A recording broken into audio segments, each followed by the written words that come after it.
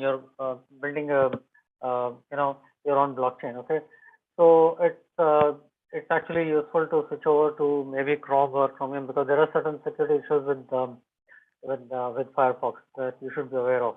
Okay. Right. So let's go to our Substrate framework.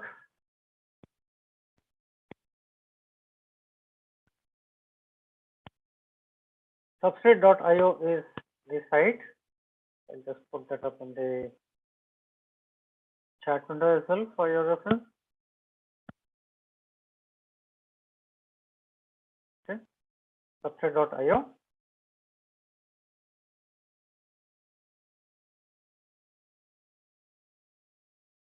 Okay. Right. Also, before we go into this, if you see, if you look at Substrate, there is also one more site for something called as Substrate recipes, which you will find it very useful. And this diagram that you see here, okay, this is what Praveen was also mentioning last time. So you have a substrate, the entire framework will actually look like this. So essentially you have the runtime, which is the application logic that is specific to the parachain that you're developing or the blockchain. Okay, so blockchain and parachain, we're going to use interchangeable. Okay, so when you say parachain, or you can think of it as your own custom blockchain. Okay, so within this architecture, if you see here, you have this runtime part, which is written in Rust and built into both native and Wasm. Now, I would definitely like you to go through what Wasm is. Okay, basically it's a WebAssembly. Okay, so that's webassembly.org site, and go in there and look into what Wasm is all about. Or you can also look into the Mozilla's page, okay, on WebAssembly. You can look into this page. Also discuss about WebAssembly. Okay, so essentially, if you look at WebAssembly, it's actually a new type of code that can be run in modern web browsers. Think of it like what bytecode in JVM is. Okay, so what Firefox team, that is the Mozilla team, they have done is they have come up with a specification called WebAssembly, and slowly the browsers are moving towards that. So what happens is essentially you write, let's say, front end code, right? Let's say you have written some web application, and it's actually distributed as source code in JavaScript file format, right? So usually that is the case. With WebAssembly, what will happen is you can actually compile it down to a kind of a bytecode sort of a runtime environment, which can be directly translated to the native environment, regardless of the browser. So this actually gives you tremendous amount of speed.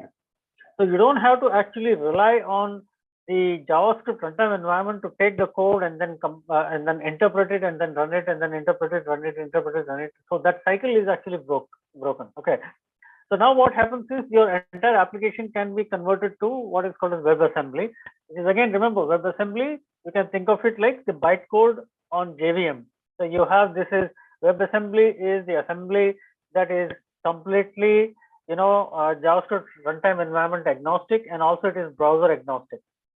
Okay, so that you get some sort of a bytecode which can directly be translated into whatever native platform on which your browser is actually running on. So that will give you tremendous amount of boost in terms of the speed and the performance of the web application. That's what WebAssembly is. So if you look at the overall Substrate ecosystem, what you'll find that the runtime is written in Rust, but it is actually built in both native and Wasm. However, the bottom part of it, where you have the fork, choice, storage, consensus, transaction pooling, and all those, these are all what we mentioned last time as palettes. Okay, that part, and also the libp2p and are already converted to the native code. That is, whatever is the target platform or the architecture, whether it is x86 or it could be Apple's M1 or M2 or likewise. Okay, so they're based on the processors. They are already built into their native code. Now remember, out of this, so this runtime is what really the parachain is all about most of the time. Because as far as the fork choice, storage, consensus, transaction pooling, and transaction management, and all those things, they are actually provided as palettes which are already pre-built modules, which can be customized if you want to do so, right? That's one part. So this is completely written in Rust and built into native. However, the other two parts is libp2p and the JSON RPC. The libp2p is a library for P2P communication, that is peer-to-peer communication library, which essentially allows the nodes in your blockchain to talk to each other. So for all the, we call it the nodes which make up your blockchain, okay, they have to have a communication protocol, and that is what libp2p actually implements. Okay, and JSON RPC is for the external applications to talk to the blockchain. So that is JSON remote procedure calls, which has become a kind of a standard these days. Okay, which exchanges data in the format in JSON format, so that the external application actually talks to the database. Like for instance, it can be a web-based UI or something of that sort. Okay, right. Now, what I'm going to do here, if you go to the developer section in the Substrate IO, webpage, so go to the home, and if you come down in here, you'll find the complete documentation, very well written documentation. There are reference guides available, okay, and there are also tutorials available. And we are going to follow the first tutorial out of here, but I'll make your life easy by actually showing you exactly what happens when you actually set things up for yourself. Okay, so if you go to the tutorial section in here, okay, and here you have all the different things that this actually guides you through. That is working with getting started, working with palettes, developing smart contracts, connecting with other chains, and integration with tools, and so on and so forth. So if you go to the next and get started, so here you have to build a local blockchain. So it shows you how exactly to set it up. So once you are able to set the entire tool chain and then use it, after that everything is a cakewalk. Okay, so we'll be looking into this tutorial and following it along, and I'm going to show you how all the tools and required stuff has to be installed and then actually made it up. Now remember one thing, most of the installation instructions you will find is somewhere here. Okay, so before you begin, what you need: a good internet connection, access to shell terminal on your local computer, generally familiar with software development and user command line interfaces, generally familiar with blockchains and smart contract platforms. Okay, fine. Even if you know a little bit, that is good enough. Okay, and you have Rust installed, because the entire framework is written in Rust. So therefore, if you want to do any tweaking around, you'll have to do that in Rust only. Okay, and then you have to set up your development environment as described in the install pages. So if you go to the install pages, let's go to them, and here it shows. So you have installation instructions for Linux, Mac OS, and Windows. Okay, but most of the times they recommend to use Linux or Mac OS and not Windows, even though it works. Okay, it works, right? So even though if you see my system is running on Windows, but the truth is when I do all this development, I have a very clean in every step. Okay, all the way how all these things are actually installed and made use of. So there are two approaches. If you're on Windows, if you're on Linux or Mac OS, fine enough, you're good to go. But if you are on Windows, I just want to show you one thing. Okay, so Windows has recently, in a couple of years back, it has introduced what is called a WSL, the Windows Subsystem for Linux. That gives you a Linux environment on top of running within Windows itself. So you don't need to have any virtualization installed or any, like say, VirtualBox or VMware player or VMware workstation, anything of that sort. And you can still do that. And in fact, I can show you that also. So if you see, I can actually see here, I have Ubuntu already running on my Windows system installed, and I can run that. Now the question is how to do this. Okay, so that's one thing. because I see.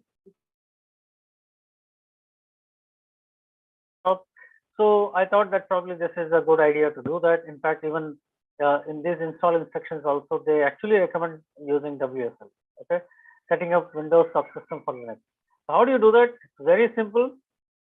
Click on your start button, look for PowerShell,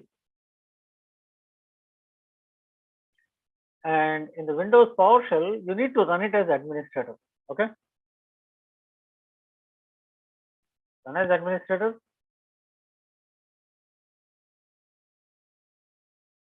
And all you do is issue just one command, that is WSL -- install.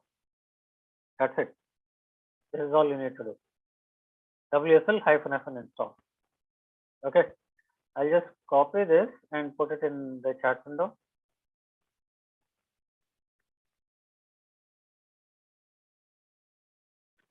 And maybe later, actually today I was pretty busy with some condolence and thing. I just came back home, had a shower, and then I sat down for the session. I didn't have time to collate all these together in the form of a PowerPoint presentation.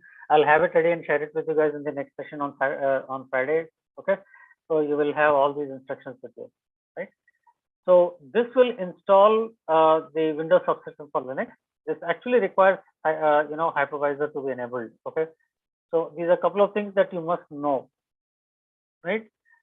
Okay, so this allows you to basically install this WSL and then you can start working with this. Okay, so once WSL is installed, guess what? You can go to the Microsoft Store and you can just pick whatever operating system you want. So let's say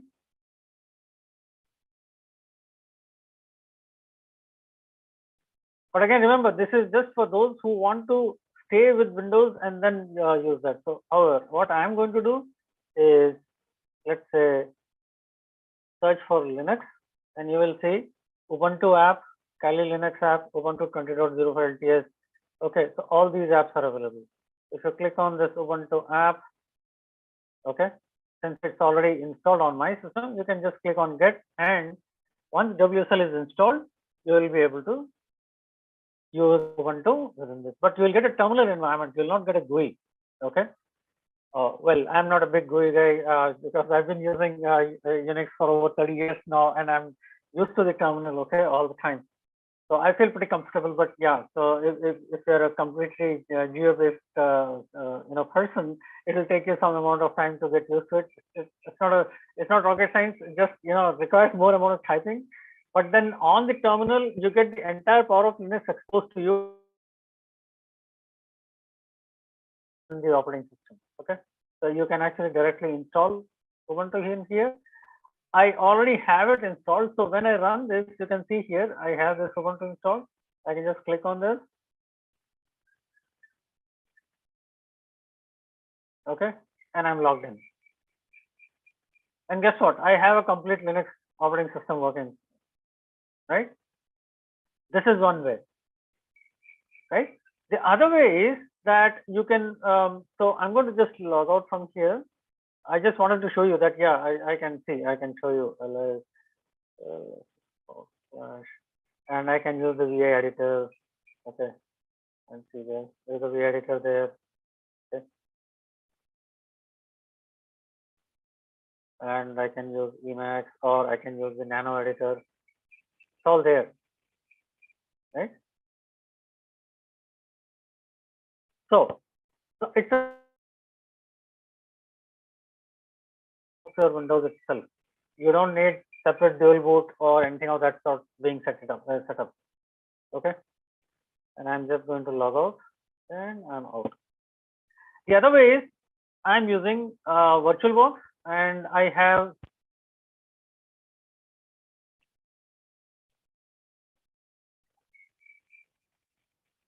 Ubuntu 18.04 in here as well.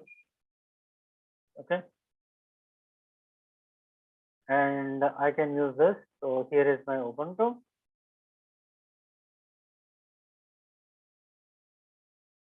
Okay, so I hope you can see my screen there. So there is Ubuntu desktop there. Okay, instead of VirtualBox, right? Okay. So let me see the chat. Right. So we will do all the development in the Linux environment itself. Okay. So I'll be using the VirtualBox, and that makes it easy because I can actually use the GUI. In fact, in case if you want to do so, but with the WSL, you will not get GUI. You will only get the terminal interface there. And of course, there are some workarounds with GUI also. And I think right now Microsoft already has a press release saying that they are actually working on a GUI-based distribution be available.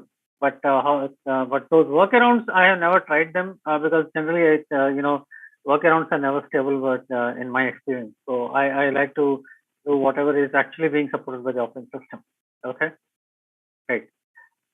So first things first. So now let's get down to setting things up. So the first thing we need to do is, as soon as you have your what to say Linux installed and up and ready, the first thing I'm going to open up the terminal and I'll just increase the font size there so that is it comfortable to read, guys?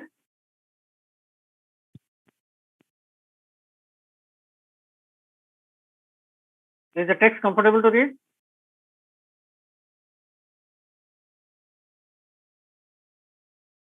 Okay, thank you. Right. So the first thing you should do is update the packages.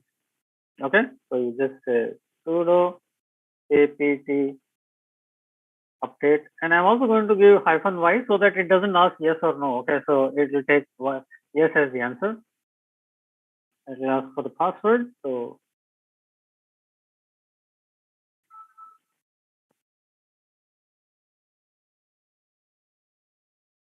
this is going to update all the packages that we have.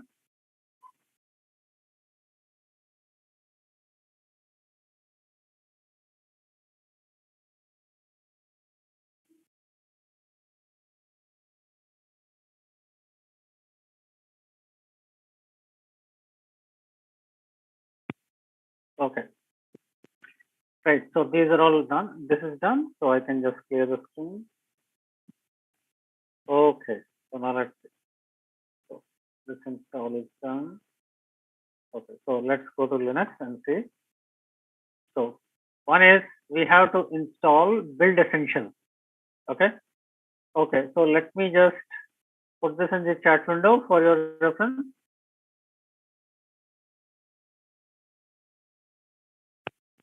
Okay. This is for installing the prerequisite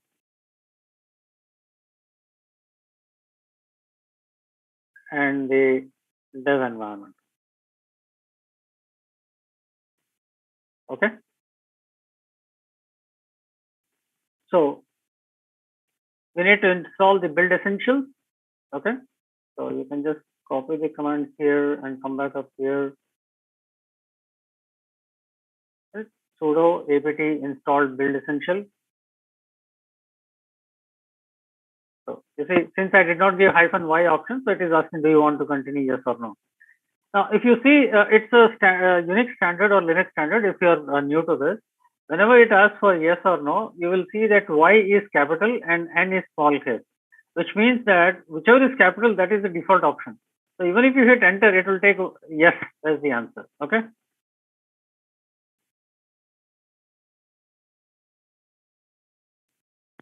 Now, why build essentials are needed? Because this will give you all the make tools in order to build packages and compile the packages that we are going to install there. Okay, so you need build tools in order to do that. That's what this build essentials does. So the build essential is done. Okay. Next, we have to, at a minimum, you need the following packages before you install Rust, because for Rust installation, you need the clang, curl, git, and make. Okay. So we'll just install git, clang, curl. Okay. And make. Okay. So build essential has already done that for us. So Just copy this command.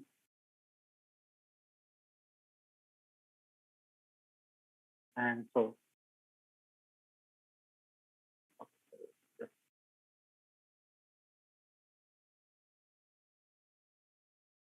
ppt install hyphen assume yes means hyphen y. Get tail curl and lib ssl dev also. Okay, so let's do that.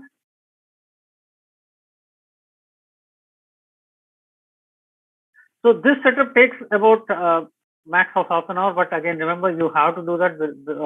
Without that, we cannot proceed any further. Okay.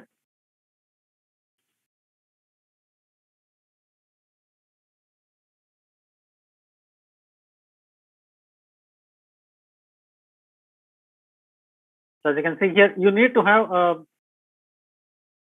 a decent internet connection so that it gets installed in reasonable amount of time. So you can see this is a brand new VM that I created only for you so that we start from scratch, everything right from scratch. Okay.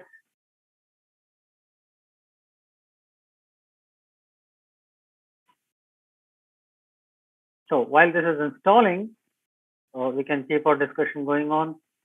So once this is installed, what we need to do is that we use this. So click the tab title, for example, other Linux or for Debian, Arch Linux, okay, Fedora, OpenSUSE, and all of this. Okay. Maybe we could have done this also. Okay.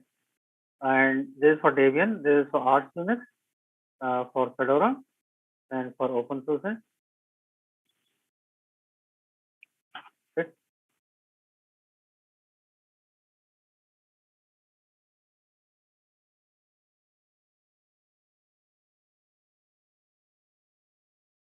Okay. So it's still installing. Okay. Right.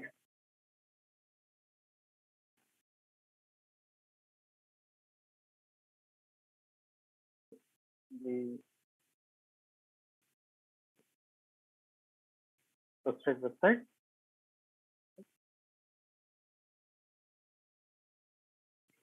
Okay. So if you see in the technology part, okay, you can explore the technology there. Okay. In the developer side, and also you can discover the projects, okay, which are coming up, and so the use cases that they're coming up. So if you click on discover, you have the Substrate project, and these are all the projects: Acala Networks, various soft air gaps, and so on and so forth. You can actually take ideas from these for your hackathon, okay, because these projects actually give you an insight as to what different people in the industry are trying to achieve. Okay, so you could take one of these projects and develop it further and contribute to that, or you can take that idea and then implement it according to your use case. Okay, so all these projects, just have a look at them. Okay, you'll get an idea as to how we can put these to use. Like for instance, if I take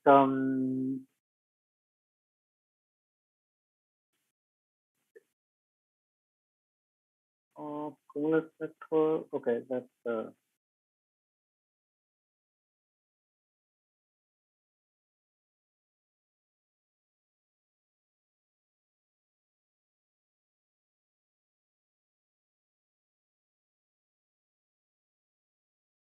yeah. So see here, see engine.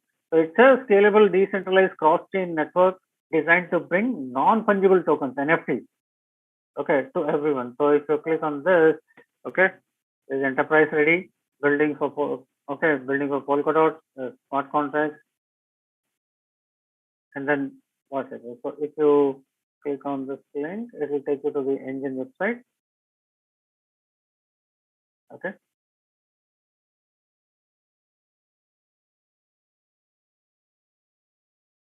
And here you can see all the products, wallets, and the platform marketplace and so on. Okay, all the different solutions. And if you go to the developers, there you will get all the documentation, how this is being done, what they are providing, and so on and so forth. Okay. and get additional info on this. Okay. Right. So my installation is done. So I'll go back up here. So for Debian, I'll just install all this. So I'll just copy this. So if some packages are already installed, it will simply skip those packages and just install the remaining ones. Okay.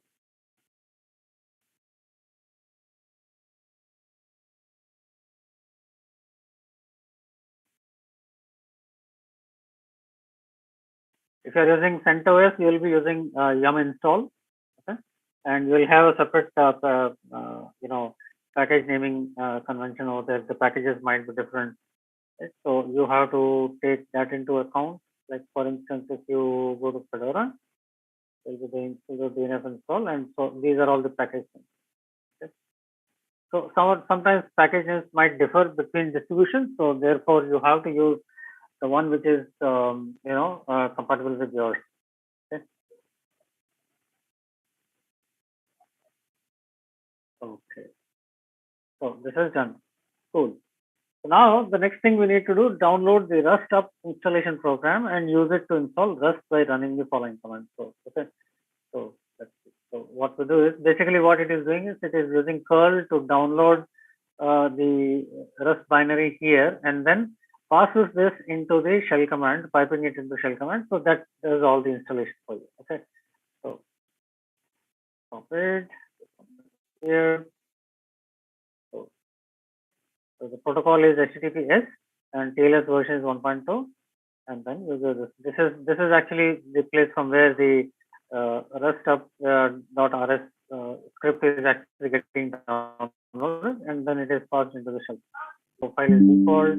Modify path variable, yes. So this is yes, we want that.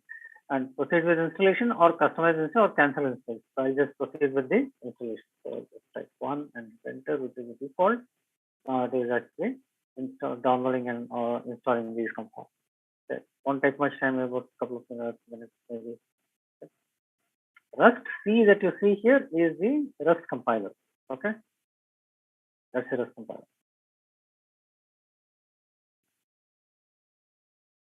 And Cargo is the package management tool, okay, or rather a build tool which allows you to create, Rust projects. Okay, so while that is going on, I would like to show you one interesting thing, because you see, since you have to work with Rust, and if you're not working with Rust, let me just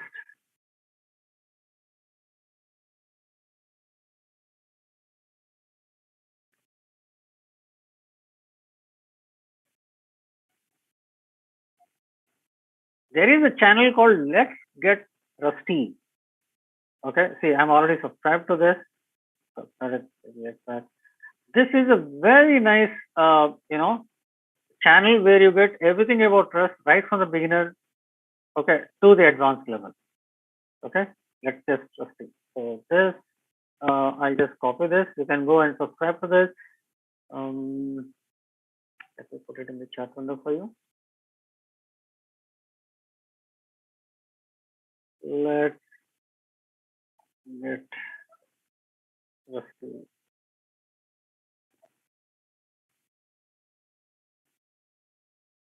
For learning Rust programming.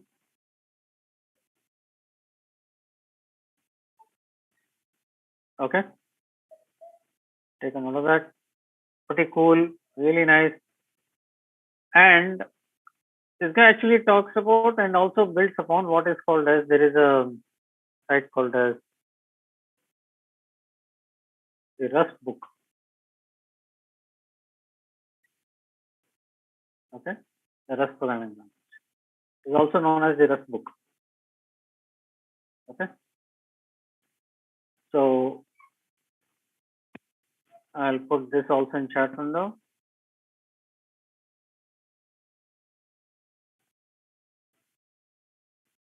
Okay, programming. But again, remember, just reading this is not enough. One of the important things you have to actually do. Okay, it's also available in HTML format like this. Okay, so you can actually click on this and see the HTML format, and you can download it and use it. Okay. Right. So Rust is installed. Okay. Now the question is, to get started, you need to restart your current shell. So I'll have to close this shell, because any changes that you make to the environment variable within the current shell, they will not be, exported. So I'll just open up another shell now.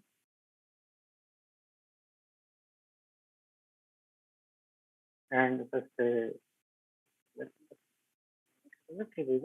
Okay. If I say Rust C-version, okay. So this is the Rust compiler version 1.6.0, 1.63.0. And also you need Cargo, which is the project management tool for this. Cargo version and 1.63.0. So they're all the same version. Okay. Right. So this part is done for us. Okay. Right. So let's get back. So Rust up is also installed. Okay. Right. So we are saying Rust C version. Now configure Rust toolchain to the default in the latest stable version by running the following command. So the Rust up default stable and then Rust up update. That's just in case you want this to be, the latest and the greatest version. Okay, so then change. So that's already the latest one only. So therefore, there's no changes there. Okay, and then add the nightly release and the nightly WebAssembly WASM targets to your development environment by running the following command. So okay, let's do that. Okay, so just copy this.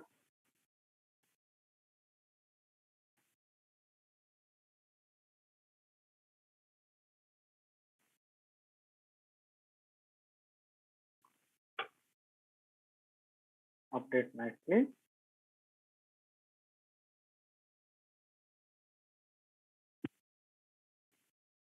Doesn't take much time. So while this is happening, for the WASM also.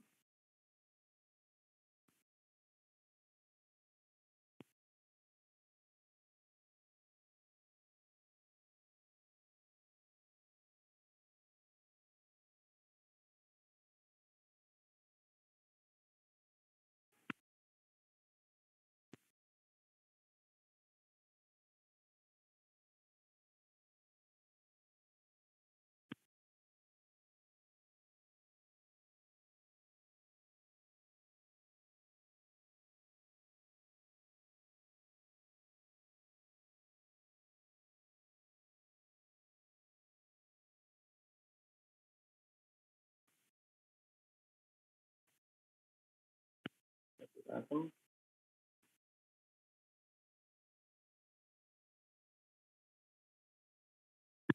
Okay, so this is done. Pretty cool. Okay, so verify the configuration of your development environment by running the following command. So Rust up show. So let's see. Rust up show. Okay, what are the installed tool chains? What is the active tool chain? Okay, and which is the Rust up home?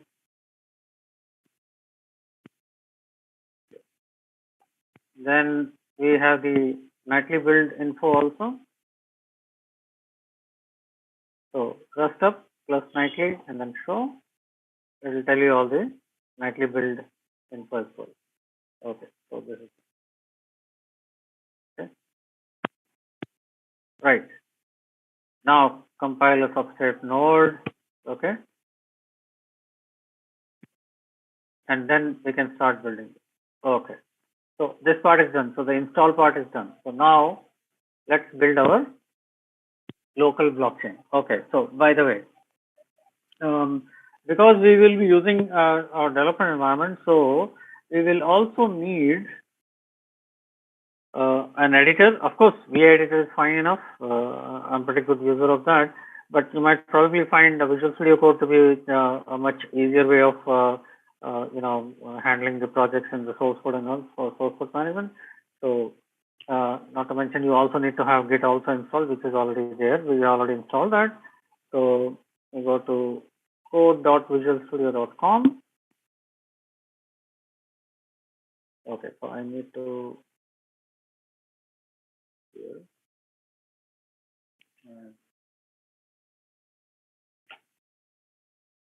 Code.visualstudio.com.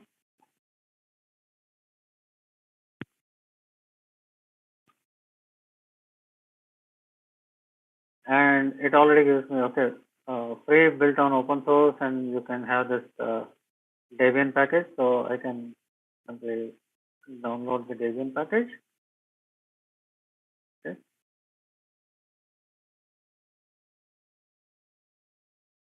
And open with software install. So okay, so this is okay.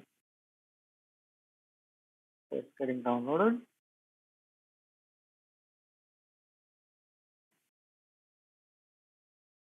Now it's opening it up.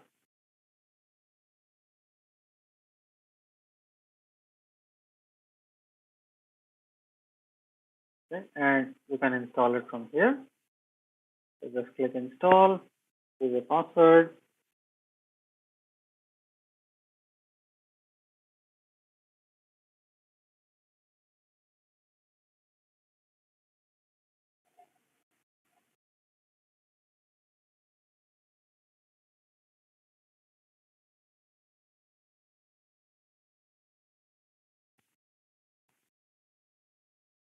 Download and install.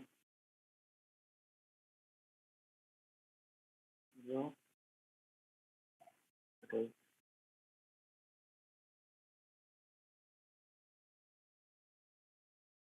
Code.visualstudio.com. Already install that.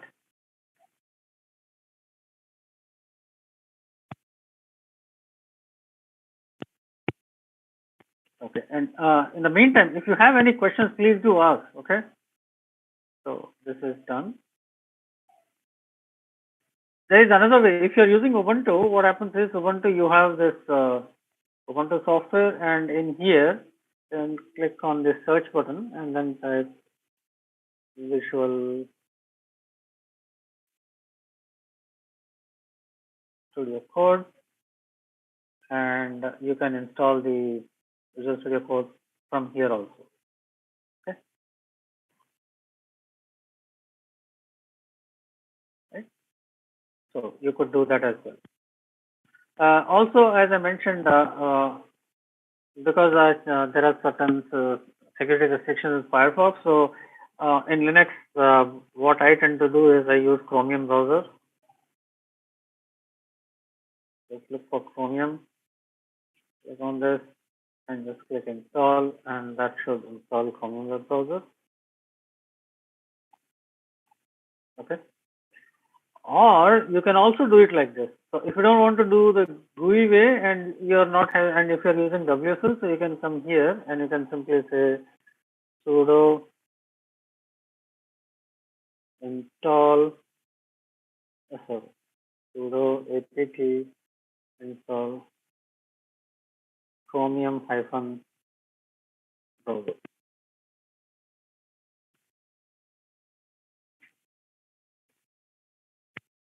Okay. So yes, and that will get installed.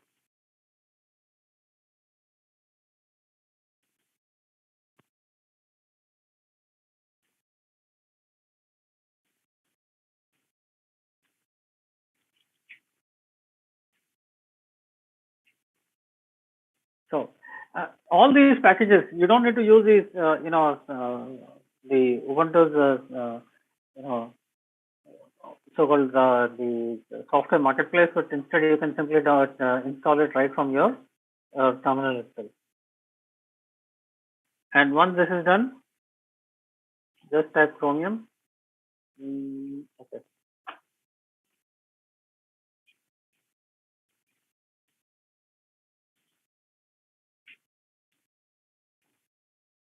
Chromium browser, and there you go. Okay, it started.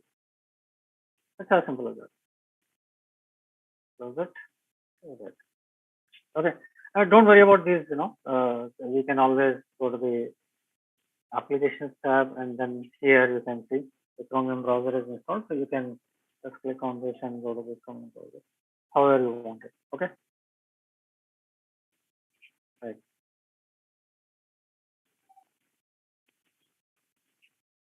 So our Visual Studio Code is also installed. We can actually check this out.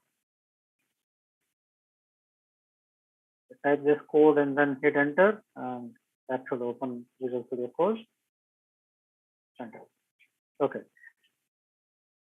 Right. So now, since we are using Visual Studio Code, one thing you may need to do is this. Okay, and that is,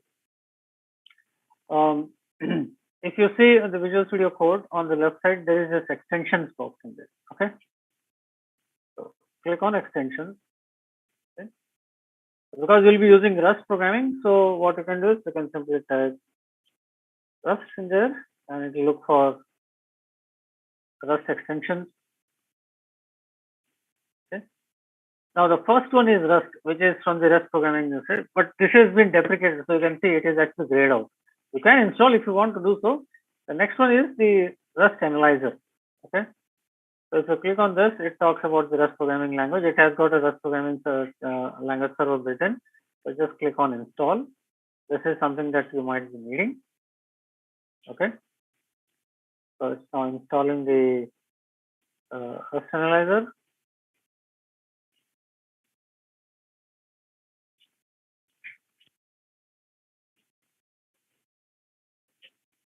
Okay. Right. So it's installed. Also, for formatting the code, you might need another package called Prettier. Okay, it is basically a code formatter. Okay, so you can install that as well. So if you click on this install button, it will get installed.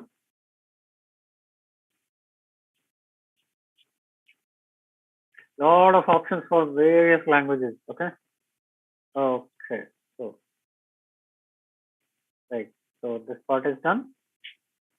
So now we have installed Visual Studio Code as well. So everything is working fine. Okay. Right. So before I proceed further, any questions, please, so far? Any questions?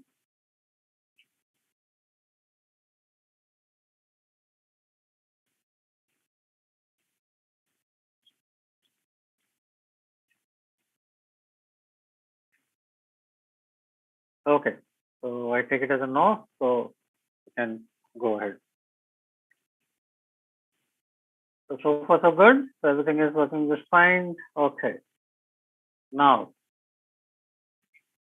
so right now I'm in my home directory. Okay. So in here is where I'm actually going to put up my my code for running the entire node, blockchain node. Okay, local and customized blockchain node. So to do that, okay. So see, you have installed Rust and set up your development environment. Okay, so everything is done. Okay. So the first thing you need to do is you have to compile a substrate node. Okay.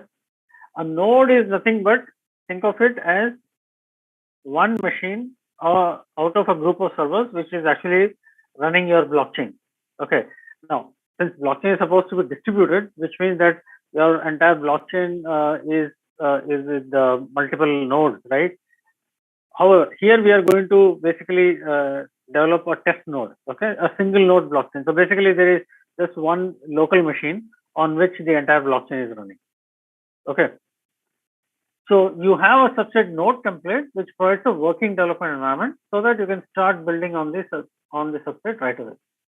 So if you already compiled the node template on the local computer, you can skip this section and continue to start the local node. So first off, okay, to compile the substrate node template, open the terminal, and then clone the node template repository. So this is what we have to do. So basically, this is the repository which they have already provided to you. Okay, and we will be looking into the code in the next session, where I will be explaining you the various moving parts within the whole node, how the blockchain is being actually created, and how it is being managed, and we can actually create a set of servers and then we can run that. Okay, which looks very similar to a production environment. Okay, so the first thing we need to do is clone the node template repository. So we'll do that. Okay, so I'm doing a git clone of this repository.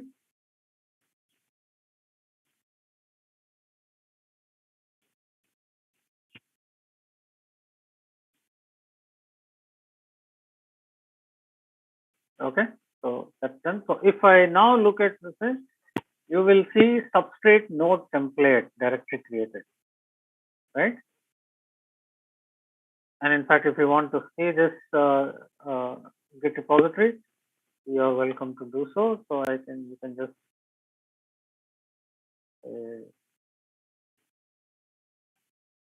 copy this and put it in the browser.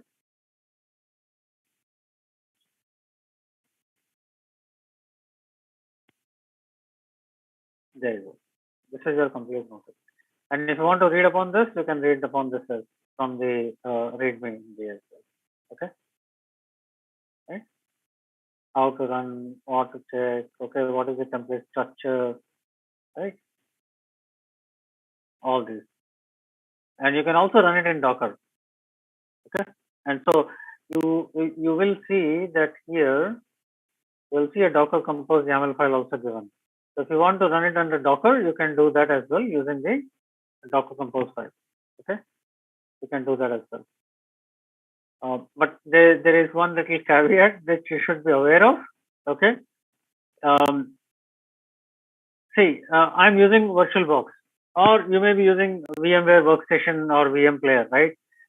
They use the hypervisor, whereas Docker is not compatible with hypervisor. So you can either use Docker or you can use this virtualization with hypervisor. Not both at the same time. It will not work. Okay, so this is something that you have to keep in mind. Those of you who want to get into Docker based, blockchain development, and in that case, you have to be, aware of this fact. Okay, so that's a caveat that you have to keep in mind, right? Okay, so this part is actually done. Okay, so we have cloned it. Okay, so next what we need to do. Next thing we need to do is we need to check out a branch. Okay, so first thing, change to the root of the node template directory, and then you need to check out the Polkadot v0.9.28 branch by running the following command. Okay, so we need to go into this directory. So we'll just cd into that directory.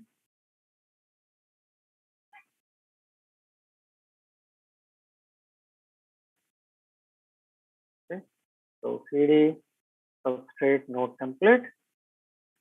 Okay, and then what we need to do is we need to check out the Polkadot.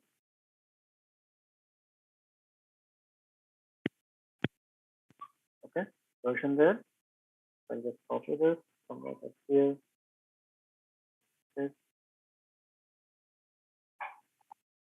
Okay, more technical about it. You can look around, make experimental changes to the summit, and then that's fine. That is now the right.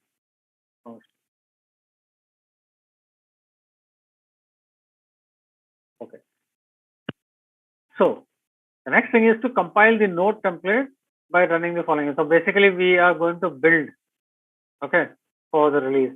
So -- release client will allow you to build optimized artifacts. Otherwise, it will add all the debug symbols. Okay, by default, this will become -- debug, and what it will do is it will add debug symbols into your build. So the code will be bloated and it will run actually slow. Okay, so to do a cargo build of for release, and so it's on that up here. Just now, this will take quite some time. Okay.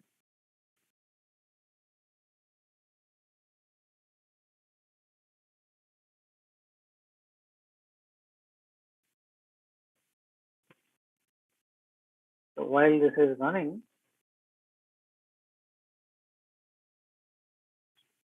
I can open up another terminal window. It will take quite some time, okay? And then here, we node substrate node template. And in here, I'll just say code dot. Okay. So basically what it is doing, it is actually getting all the differences, okay? And now what it will do is it will, the cargo will actually essentially download all the dependencies, okay? So it's actually now fetching all the dependencies. So while that is going on, we can still look into the code there. Say code dot inside the node.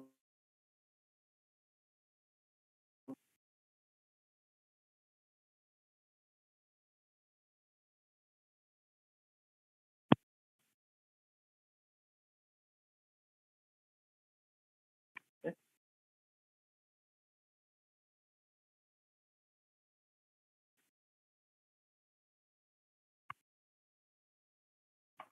Okay. So a lot of error messages you might see here. Okay. That's because the dependencies are still getting installed. Go back up here.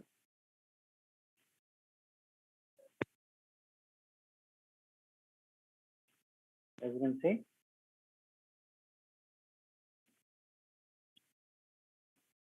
So it says it is downloading so many crates. So basically what crates are? Crates are actually nothing but, collection of packages.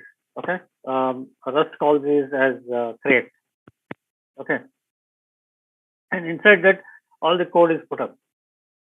Now, you can imagine, if you look at the Paradigm substrate framework, they have put in so much of effort. So obviously, the code base is pretty huge. Okay, but again, remember, you as a developer, as I mentioned day before yesterday, so you can always take a top-down approach. Okay, right? Which would mean that you start with something, some starting point, and then try to connect the dots. Okay. Now, you don't have to be an expert Rust programmer to start with it. Okay. So I'm assuming that you don't know Rust, and we still are able to, build our first blockchain. Okay. And then run it, and then work with that. And then later in the next session, what I'll show you is that how you can customize it, and you can add additional features and stuff like that, and what features you can add, what is available out of the box. Okay. How you can customize it. So in order to get help with that, as I mentioned, just go through that, Let's Just Rusty YouTube channel. I think that playlist has, let me just go to that also and show you here. That playlist has probably around, look at the playlist. Okay. So the Rust Lang book, this one, I think it's got 44, videos in there. They're not too lengthy as such, and the explanation is pretty good. Sometimes a little bit fast, but yeah. But again, remember, whatever is being taught over there, please do practice. Again, remember, it is not rocket science. You can very easily do all of that. Okay, you can do that if you have your development environment set up. It's a cakewalk. Okay. But of course, yes, this guy explains a lot of things in terms of the conceptual ideas and stuff like that. Okay, but in case if you're not that comfortable, you can always come to the Rust programming language book. Okay, you can see the common programming concepts in there, like installation right from the Hello World program. Okay, right from the Hello World program. And if you want, I can actually show you a Hello World program, okay, built and running, and all about common programming concepts like the variables and visibility. Okay, then you have data types, functions, how you write functions. Okay, how to pass parameters, right? and what are statements and expressions and all these things. Now, when you try to start learning Rust, couple of pointers I want to give you. Okay, yes, while this installation is going on, we can still discuss upon that. It's going to take quite a while. Okay, right. So we can always discuss upon Rust programming as such. Okay, and I can actually show you the thing. A couple of very important things. Okay, and that is, if you're coming from any programming background, it will be very easy for you to follow along. You have what the variables are set, and then the mutability, the data types. Okay, so you have the signed and unsigned integers, and the data types are like this: I8, I16, I32. These are signed integers, and 32, 64, 128 is the number of bits. Similarly, for unsigned, it is U8, U16, U32, and so on. And any architecture dependent, like say it could be an ARM processor or something like that, then you use I size and U size. I size is signed integer, and U size is unsigned integer. Okay. And then integer literals in Rust, you can also have decimals, you have hexadecimals with 0x, and octal you use 0O. You can write binary string 0B and then follow with that, and you can also have U8 bytes only. So just floating types. So you have F32 and F64. These are only two floating types. F32 is the 32-bit floating point number, and F64 is the 64-bit floating point number. Okay. And again, if you want to read more how floating points are internally utilized, you can always look into this thing. IEEE 754 standard. Okay, this is how the floats are actually internally represented. It is a worldwide standard which is used by just about every platform and architecture. Okay. Then what are the various operations you can do? The Boolean type, you have the character type, okay, and then you have the compound type. Now you might be thinking, you have characters, the char or char, however you want to pronounce it, after all it's a noun. Okay, it contains only one single character, okay, which includes, and these characters are Unicode characters, which means that I can actually have emoji characters as well. But strings are a different beast altogether in Rust. Okay, so you have this encoded text string, so you can look into that. Then you have the tuple type, where you have values of different types input as a collection of values. Okay, you have arrays. Okay, there's an array type, and you have data types, and then followed by functions. Okay, how you write functions, how you pass parameters, pass by reference, pass by value, and all those things. Then comments, and then of course, importantly, control flow. Control flow, you have this if expressions. Okay, followed by just like other languages. Okay, there's nothing esoteric about it. Okay, the only thing is, like you use in C, C++, Java, or C#. Okay, you don't have to put a parenthesis surrounding this, the condition that you write in an if statement. Okay. Then you have handling multiple conditions with else if, like this. Okay. You can also have if in a let statement. So when you're creating a variable, you can say let number equal to if condition and then 5 else 6. So if this condition is true, then you'll get 5 as the value and it will be stored in number. If the condition is false, then in that case 6 will be stored in the number. Okay. This is like a conditional operator that you see in C, C++, Java, C# and all. Okay, it's equivalent to that. Right? Okay. Then loops. So the fundamental loop is just a loop statement. So loop, and then you write some statement within the curly braces, and this is an infinite loop. It will keep going on and on and on. Okay. So you'll have to stop it with Control C. So this is an infinite loop. Obviously, at some point in time, you need to break the loop. So you would use it in conjunction with some break statement. Okay. and then you can also return values from the loop. Okay, then loop labels to disambiguate between multiple loops. So you can use, and you have condition loops with while. So this is a typical while loop. We are all familiar with that from C and C++. Okay, you also have looping through collection with for. So you can say for, and then say for element in collection, and then you do whatever you want. So within this loop, the element will take up one item after the other from the collection. Is something that we see in other languages as well. You also have ranges. So you can also create a range 1 to 4. So it will generate values 1, 2, 3, not 4, because in a range, the final value is always exclusive. So these are all the control flows that statements that you could use.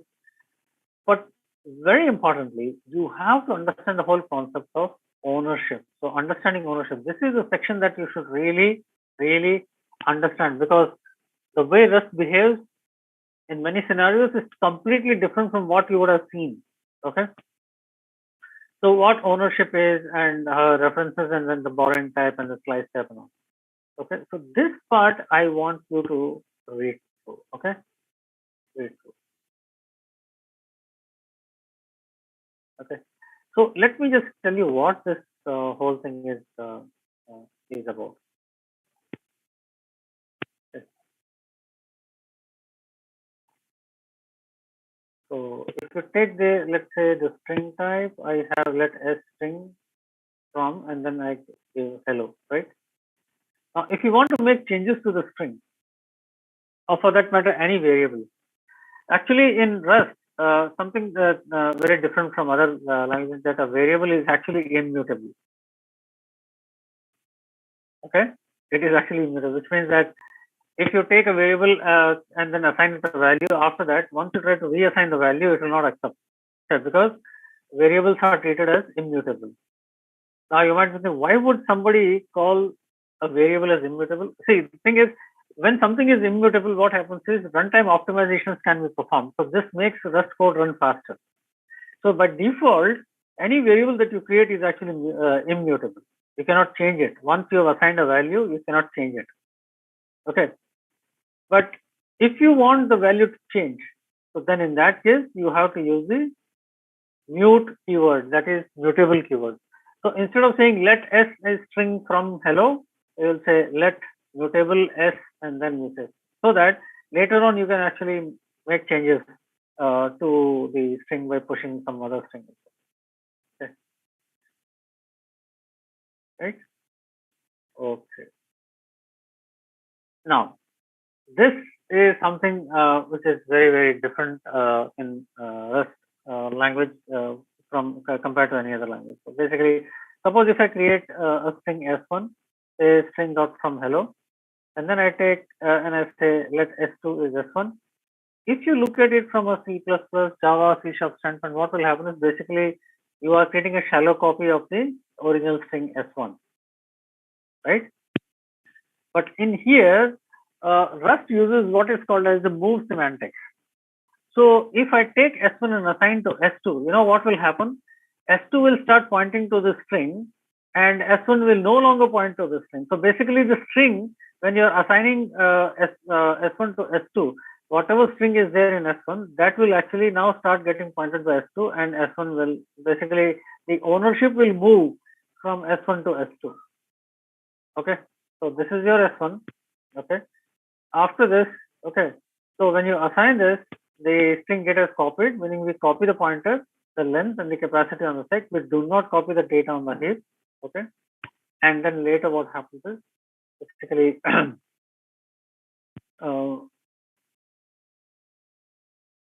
here. So if I take this string, see, so if I take this string hello and then assign it to S2, then I try to print S1, you'll get a compile time error. It says, hey, this value was borrowed here after the move. So this is where things are pretty different in Rust, which you should be aware of when you're working with the Rust programming language. Okay, I specifically wanted to discuss this because if you're new to Rust, okay, so Anyway, the existing knowledge that you have from whatever programming language that you're used to is still applicable. But again, remember that there are some intricacies in the Rust language which are very different from traditional programming languages. Okay, so when you're having references, Rust by default uses what is called as move semantics. So the ownership is changing. Okay, so this is the object in memory, and right now at this point in time, S1 is the owner. And then basically what you're trying to do when you're doing let S2 is assigned S1 is that you are saying, hey, take the ownership from me to you. And so S1 will no longer be defined. So its value has already been borrowed by the other entity. Okay. So this is something that you have to keep in mind. Very, very careful. Very, very careful. Okay. Because initially you will get frustrated with Rust if you don't know that this sort of borrowing is happening, and what to say, move semantics are being used underneath.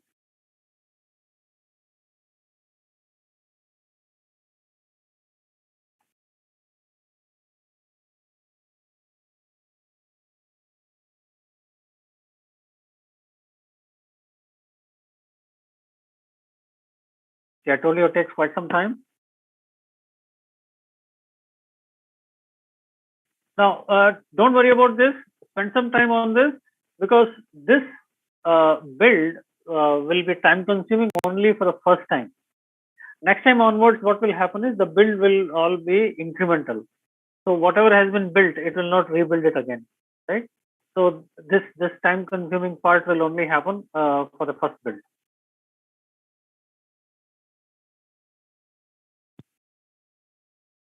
I think we are nearing close by. So it has already built 812 packages of 962 credits.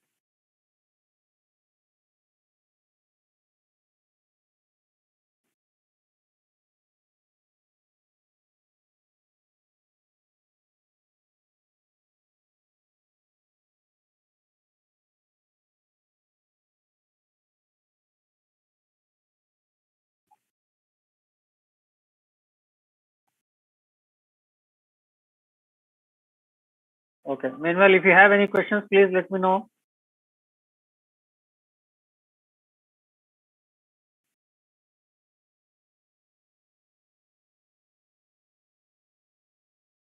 If you have any questions, I'll be more than happy to answer them.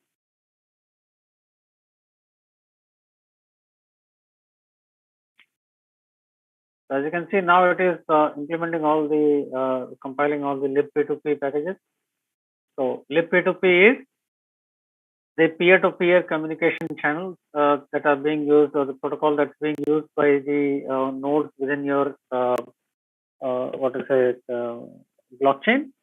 And they implement what is called as the gossip protocol. Okay, so the protocol is called as the gossip protocol that allows these nodes to talk to each other.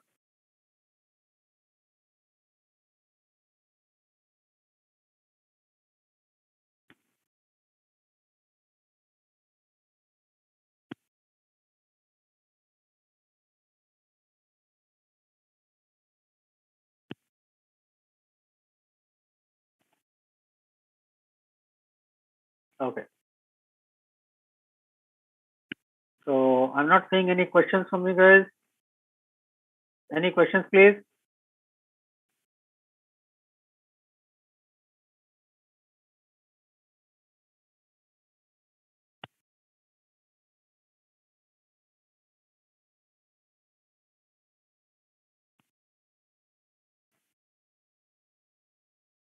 Any questions regarding the development environment setup?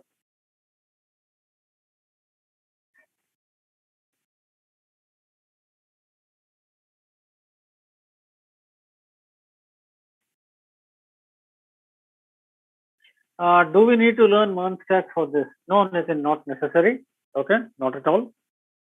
The truth is, right now I'm showing you both the backend, that is the actual blockchain, as well as the front end. The front end is actually a React application, okay, which we will see. However, you don't really need to learn MERN stack in order to work with this, because Ultimately, your job is not to build the UIs, but basically to build the blockchain and its network itself. Okay.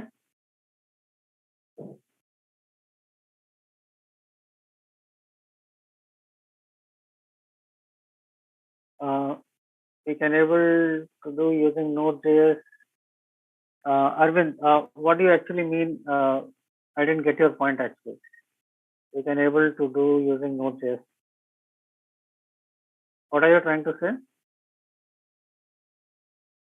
See, the front end, application that is already given to us, front end template, that is actually a React application. Okay. For Rust, you don't need Node.js. Okay. For Rust, you do not need Node.js at all. So don't worry about that, Arvind. Okay. Rust is a completely independent language. It has nothing to do with your JavaScript runtime what you have as Node. Okay. So you don't have to worry about that. You can simply start working with Rust as is. All you need to do is just install the Rust tool, have a what to say, an editor, okay, through which you can edit these files, and you will be good to go. Okay, Arun?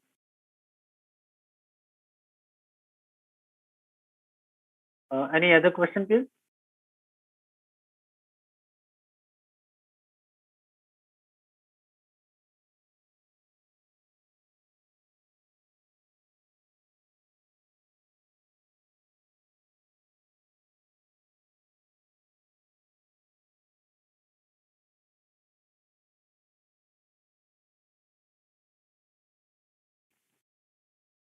So again, remember, you just need to be patient when you're building this first time.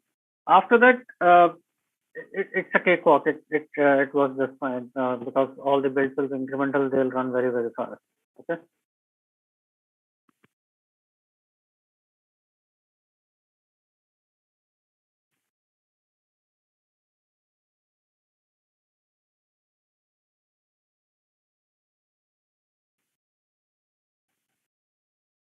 All right. Okay. So while this is going on,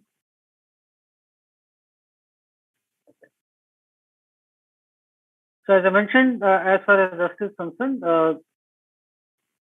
you can. There are a lot of things to learn, but first thing what I would like you to learn is all about the ownership. Okay, followed by structures. Of course, that's easy. Okay, then you have this match control flow construct. Okay, what this uh, match construct is all about. Okay, and how you can put this to use. So this is something that you have to understand. Then, of course, yes, packages, crates, and modules. So, but importantly, create upon common collections. Okay, wherein you have vectors and then associated hash maps and so on and so forth. So you have a vector, you have a string, and you have a hash map. So these three, common collections that are actually used. Okay, so do read upon that. And importantly, when you look at the substrate code, okay, you'll find a lot of things which are called as traits. Okay, so let me.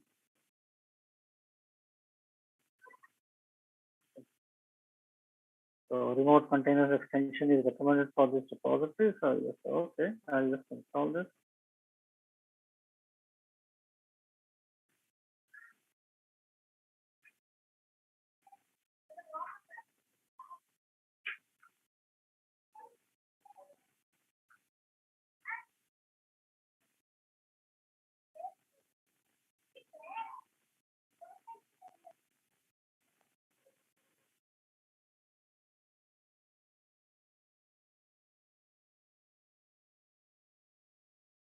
So it is installing that right now.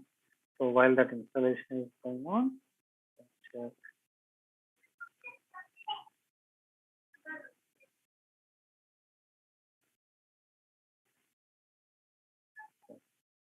901 of 962. Hopefully it should finish up.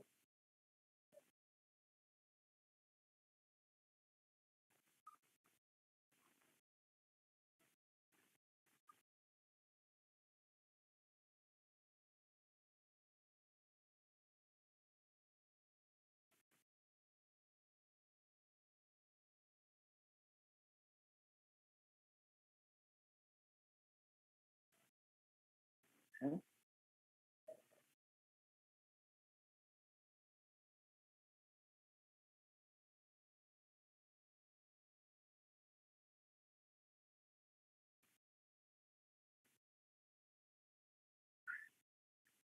Yeah. Okay. As you can see here, these are all the complete. This is the complete node. Okay. So you have important things you have to consider is the node and then the palettes, the runtime. Okay. There are three very important things. Okay. So if you open up the node, you have here is the build file. Okay. And this is your cargo. Sorry.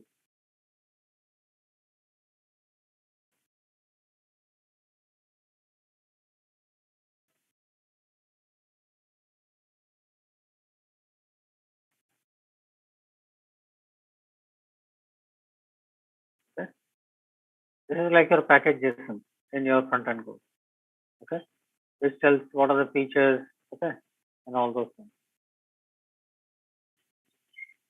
Then here in the SRC, you'll find all these. So main RS is the main entry point. Okay. And librs is where all the packages are there. Okay. So what are modules are there? Change spec, RPC, and server. So here it is the change spec, okay. The change specification. Now, important thing when you see here is that almost everywhere you will find traits being used. Okay, so you can see use SP runtime traits, right? So traits are heavily used. So this is something that you will need to understand about Rust language. Okay, again, it is not very difficult. Basically, a trait simply means that you have two different data types but have some common functionality. Those are called as traits. So essentially, it is again another kind of an abstraction which is similar to that of an interface in Java. Okay, so you can have two different, completely disparate classes implementing the same interface, but the implementation is totally different based upon the class, right? So just like that, you have the traits in Rust, which are very similar to that.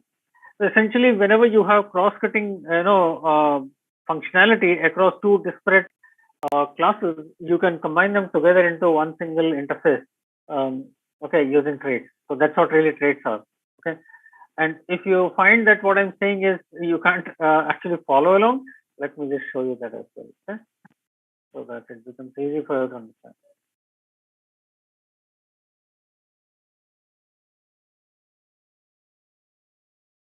Okay, so here, so you have the generic types, traits, and lifetime part in the book. Okay, so we will directly go into traits, defining shared behavior. This part definitely is a read that is needed. Okay, so what exactly is a trait? It defines functionality a particular type has and can share that with other types. We can use traits to define shared behavior in an abstract way, and we can use trait bounds to specify that a generic type can be any type that has a certain behavior. So as I mentioned, the traits are similar to a feature called interfaces in other languages, although with some differences. Okay, so they're very similar to interfaces. Okay, so like for instance, they have this a trait defined called summary. Okay, and this has got a function called summarize, and it returns a string. Now this is you just have the function declaration. There is no definition, function definition. Okay, you don't provide a method body to it. And then the implementing the type will actually do it. So say for instance, so I have this summary trait, okay,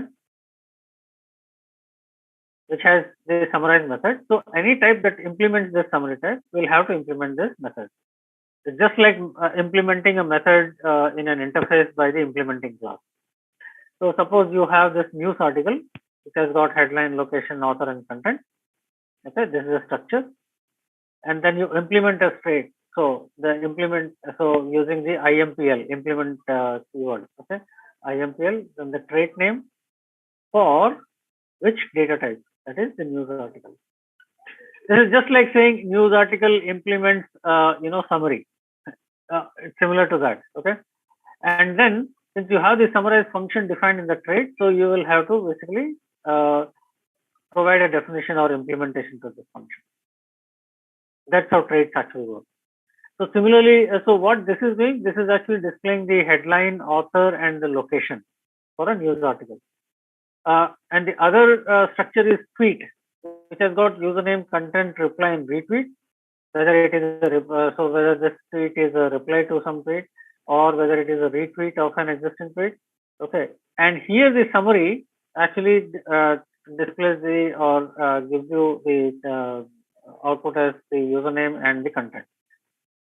Okay, so the summary has got the function summarize, but their implementation is different for different types. This is what really a trait is. Okay. So when you want to pass configurations across to the entire system, traits are a way to do that. Okay. Traits are a way to do that. So now let's take that up here and say, I think it has reached 950 of 962. Oh, good.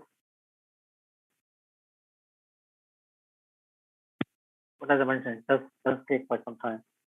Okay. Anyway, so this one. So traits is something that you have to understand. So similarly, as you can see, now that the library has implemented summary trait on news article and tweet, okay, users of the trait can call the trait methods on the instance of news article and tweet in the same way as we call regular methods. The only difference is that the user must bring the trait into scope as well as the types. So what you do is you use aggregators to support. Here is an example of how to create binary trait. How a binary trait could use our aggregator library.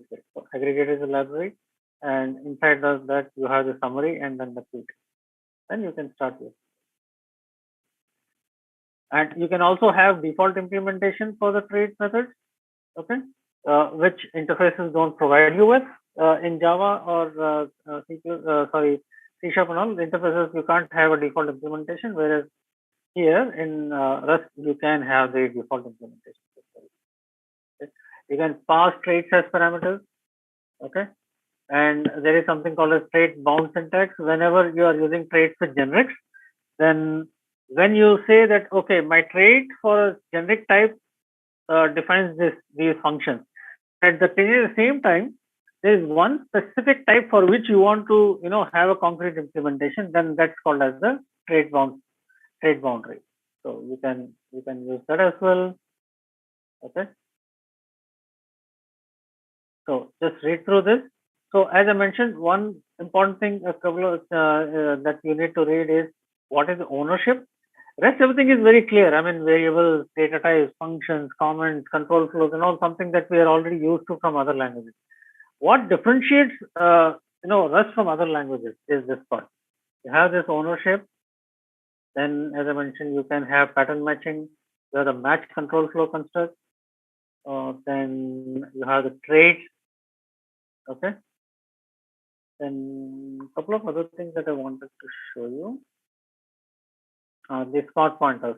Okay, you can leave this. You can read it up later. But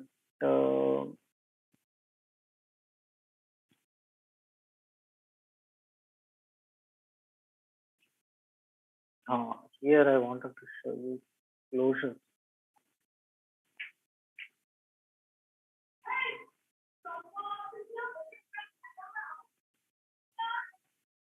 Closure.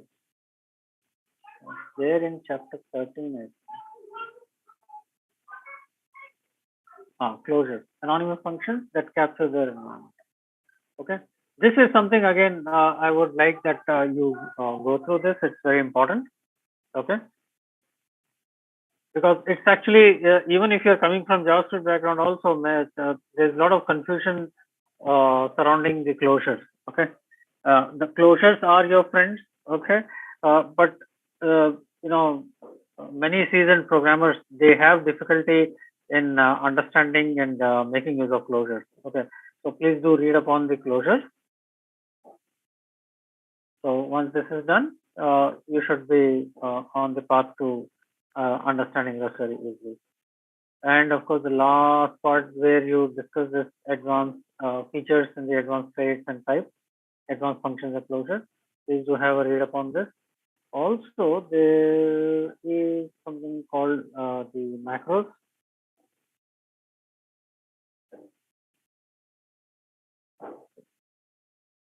Macros. Let's see. Rust uses a lot of macros in there. Okay. See, even the print line is actually a macro. Macro is identified by some name followed by this exclamation symbol. Okay. So how to create macros? What are the different macros and functions? Okay. Essentially, macros go into something called as meta programming. And if you're not heard about this terminology, term meta programming means this is a mechanism by which a piece of code generates another piece of code. So basically, a program generating another program, kind of a thing. Okay, right?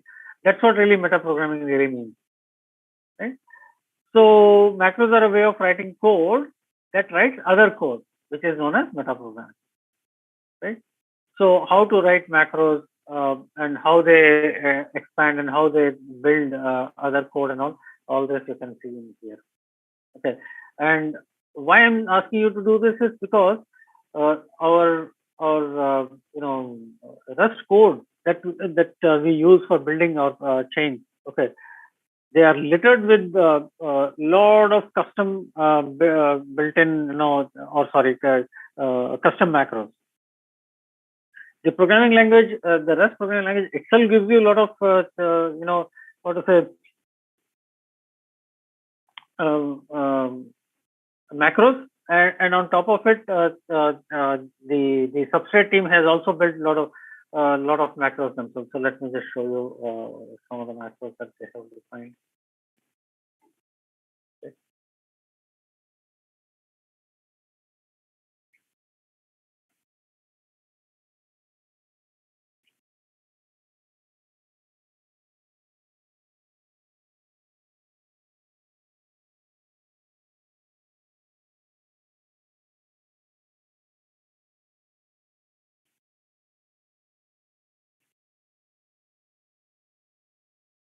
See, these are macro definitions. The one with hash and then followed by derive. Um,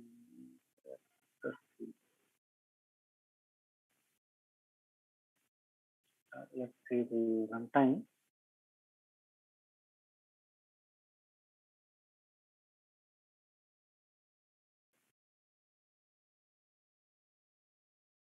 Yes, that's it.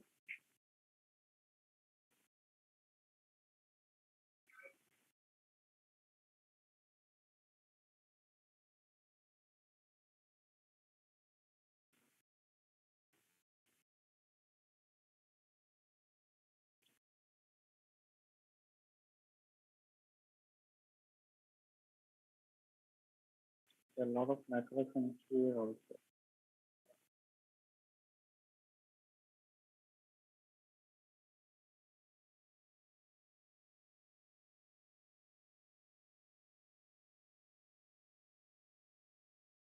Let me show you here from the recipe.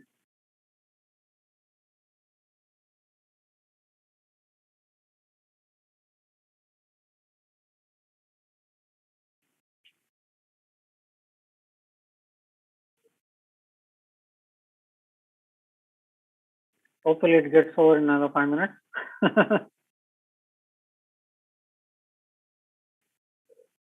Okay, so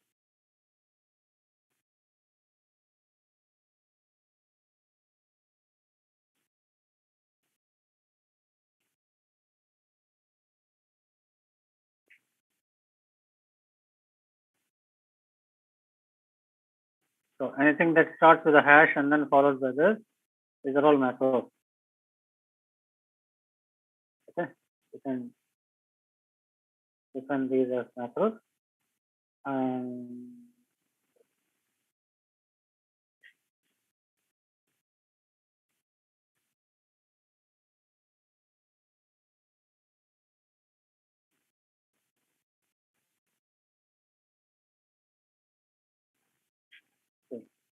Decal storage is again a macro.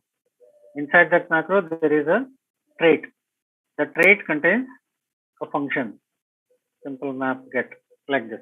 Okay. So in fact, a lot of macros are there, okay, which have been defined. And if you want to know more about these, you can see all these are clickable links, like for instance, hash map. Click on this, yeah, it will take you to the Rust language, okay, regarding the hash map, and you'll see some example code, and you can utilize that.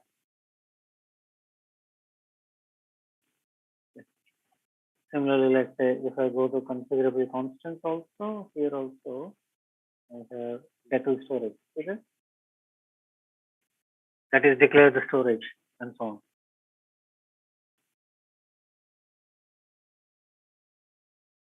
Stage 960 of 962.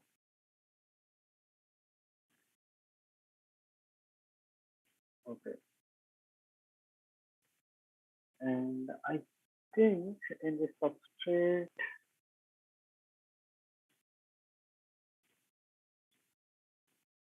you do have playground also. You can set up a cloud sandbox. Okay. And then you can use that. So for instance, for a node template, certain blockchain with essential capabilities, and you have the front end template. So you can launch these playgrounds. So if I launch this,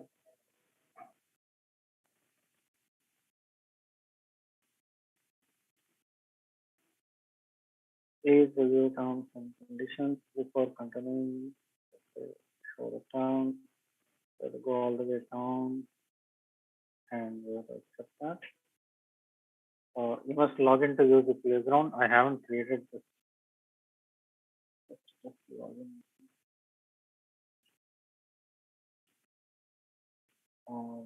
Sign into GitHub to continue to. Okay, so I'll have to use.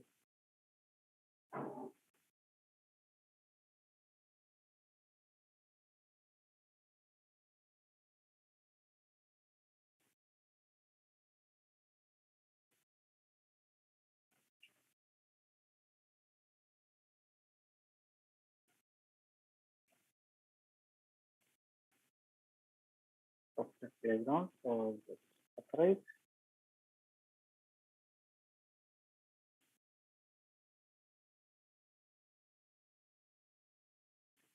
That is deploying the image.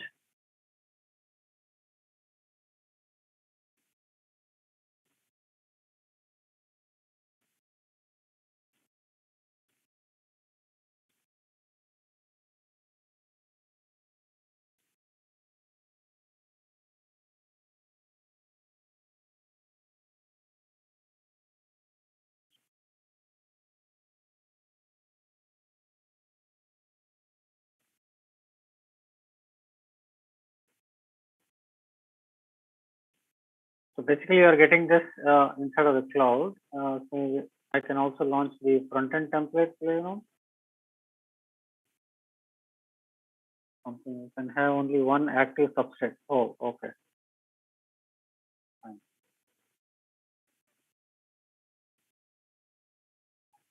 Taking quite some time here as well.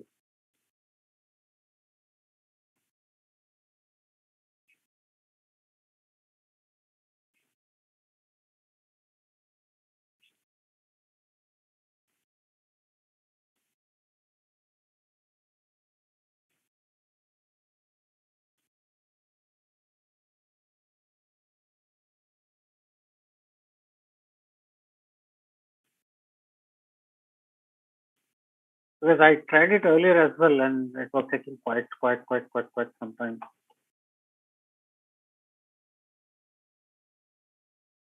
Okay.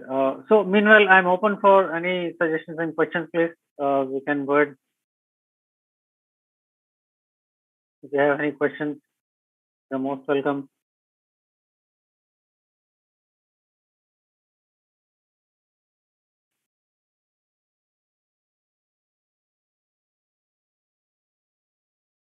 If you have any questions related to the development environment setup, you can ask me that. I can help you with that.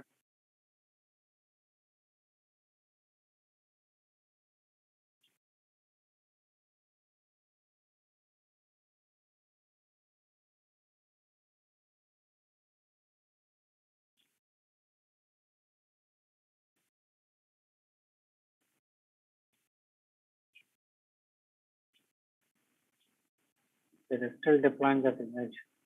So it takes quite some time.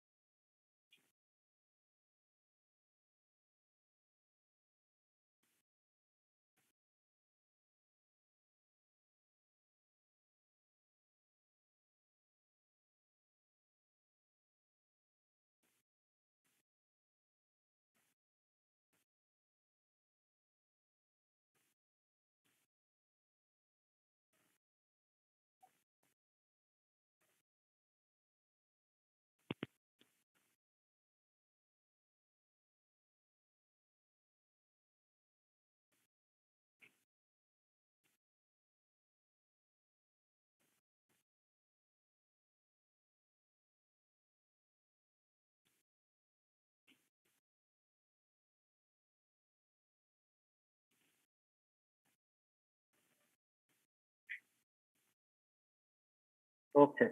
So as I mentioned, what you can do is first, just take a basic look. So we'll let this build. Okay, I'll keep this build going on. So once it is finished, in the next session I can show you all these various moving parts of it. But again, remember the organization of the code there. So either you can see it here, or you can go to the GitHub page. Okay.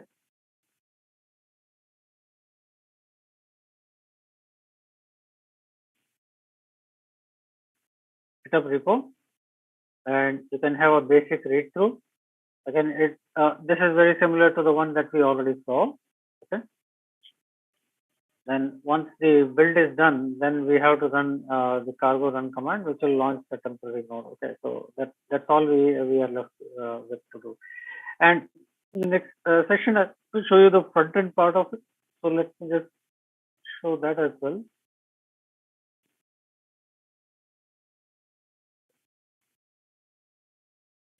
Node template and node front end template. So there is a public template available there. Okay.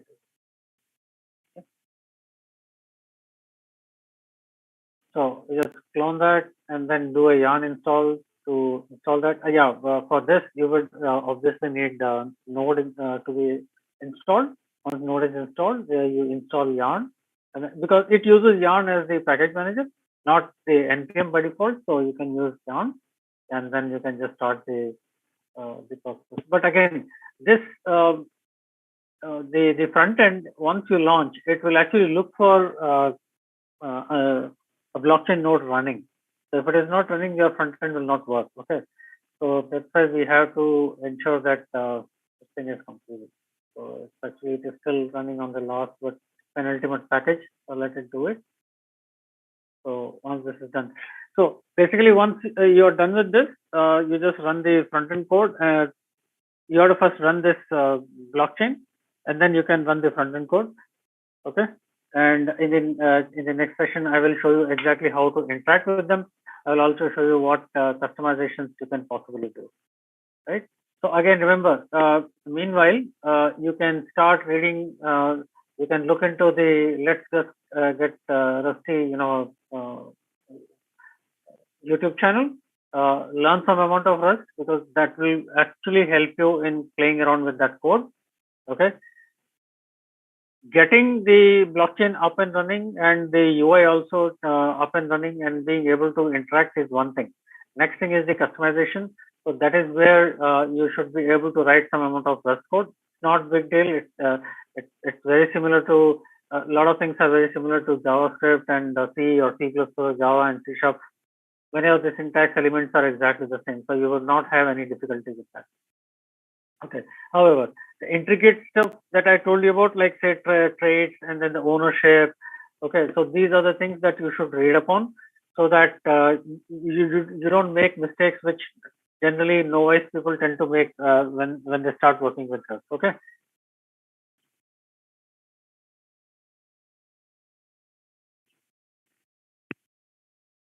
I guess it's still running. Yeah, this is going to take some time. Okay.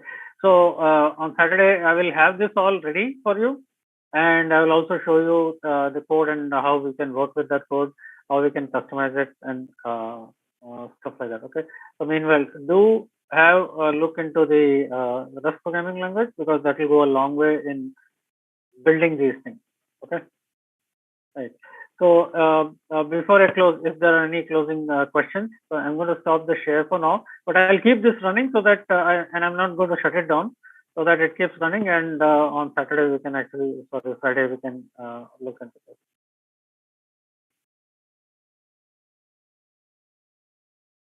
So if there are any questions, please. Do we have any alternative for Substrate? Nitin, very good question. Alternative in what form? See, this is what you have to think. So the way Substrate is built, okay, which is what actually led to the whole Polkadot ecosystem itself. Okay, if you're only looking at cross-chain, communication, you have solutions like Cosmos and other things. Okay, it's not like these are not available. What Substrate brings to the table is a framework to build your own, blockchain, and there is no such framework as of now. There's the one and the only which does it in a very generic fashion so that it can be customized. It's very modular and highly customizable. No other framework does it like this. So this is the framework when you want to build your own parachain, and then finally, hook it up with the Polkadot ecosystem in the form of connecting to the relay chain with validators and collators and stuff like that. So this is the only solution so far. So Nitin, does that answer your question?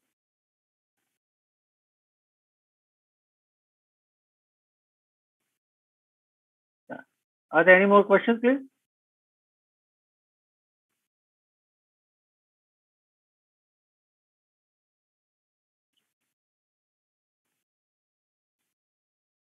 Oh, guess what?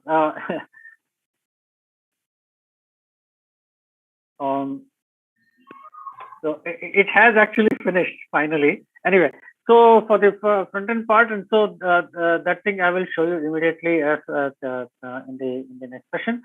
So meanwhile, just have a read upon the Rust programming language. As you can see, this has finished. Running it will take some time. So see almost it took an hour. Okay, it took an hour, right? So follow these steps, build it up, and keep it ready. And in the next session, we can actually work with this. Okay, I'm very new to Rust, so based on the R language, what are the jobs are available in IT industry? Okay, right. Srikonda, Radhika. Okay, so I think probably.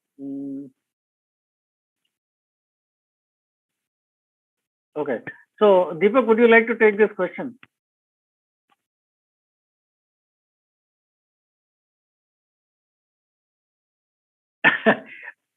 Right.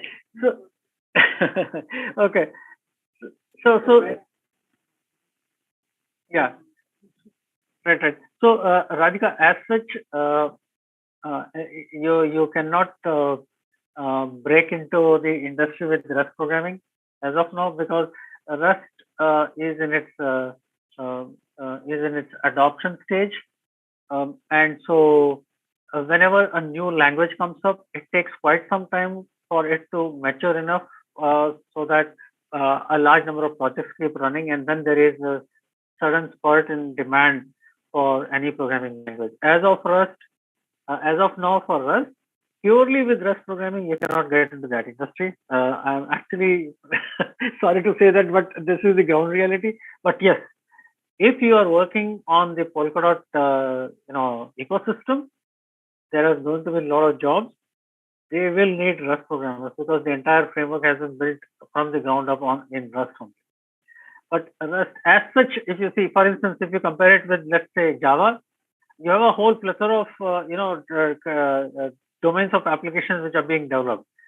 Rust has not reached that level, but yes, this has become. And also, you have to understand something. Rust is more of a system side language rather than an application building language.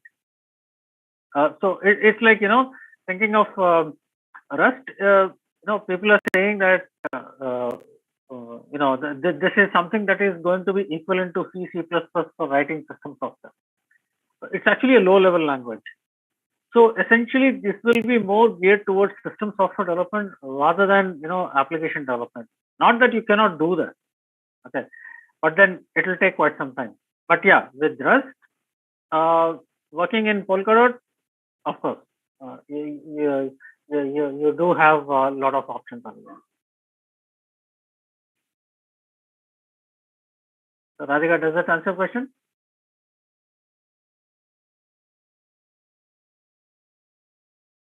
As far as our language is concerned, Radhika, purely, this is geared towards scientific computing. So data science applications they use R extensively along with Python. So yeah, if you are getting into the data science domain, definitely R will be a feather in your cap.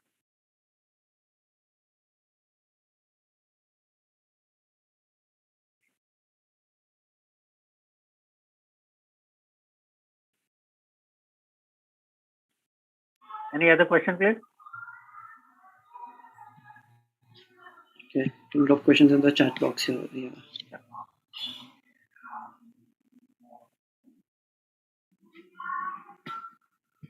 So guys, in the next section, when I show you the blockchain and the front end and customization, please, whatever we did today in the form of setting up the entire dev environment, please do that on your local machine, okay? So that you can actually follow along with me when you do it with me, and you find any difficulty or any challenges, we can look into those, and then we can sort them out, and I can teach you additional stuff. So I think Deepak, we can close for today then. Yes, I think yes, we are good to go here. So, anything else you would like to add, Salva, before we sign off today? Yeah, so you saw that this whole build process takes its own sweet time. So please do it, keep it ready, so that in the next session when we do, it can be more hands-on, where you can do parallelly with me and learn stuff. Okay? Okay, so guys, make sure you do that, and thank you so much, Salva, for a very insightful session. It was interesting. I'm pretty sure our audience had a very hands-on experience with Substrate today. So the way you explained Polkadot systems, even me for a fact, I've been following this space for a while, and the element of surprise when I only knew about Bitcoin and found out about Ethereum. This is something similar going on here. When I keep learning more about Polkadot, it doesn't fail to surprise at all. Yeah, true. So absolutely. It's that same excitement when I found Ethereum for the first time and the functionality. So when I learn about Polkadot, and my mind is blown at the same time. So. Absolutely. So thank you so much. We will be meeting again on Friday, and as Selva has mentioned, please make sure you guys also get more hands-on with whatever we have learned in the past 2 days. So which will be very helpful on the last day of the workshop. And before we sign off, just a quick word. As I have mentioned, we have 4 hackathons lined up. We have mentioned this before, which is leading up to our main conference in January. So if you guys are familiar with Discord now, Deepak has given a good explanation to us. So I'm pretty sure we are good on the Discord part. And for that, we promise an exciting environment, top-line mentors, and judging panel. So I'll be sharing the link again for the Discord link, and you can register for the hackathons. I'll be sharing the link for the same in the chat box, and I'll also share the link for the social media website. So make sure you follow us there. You can stay updated.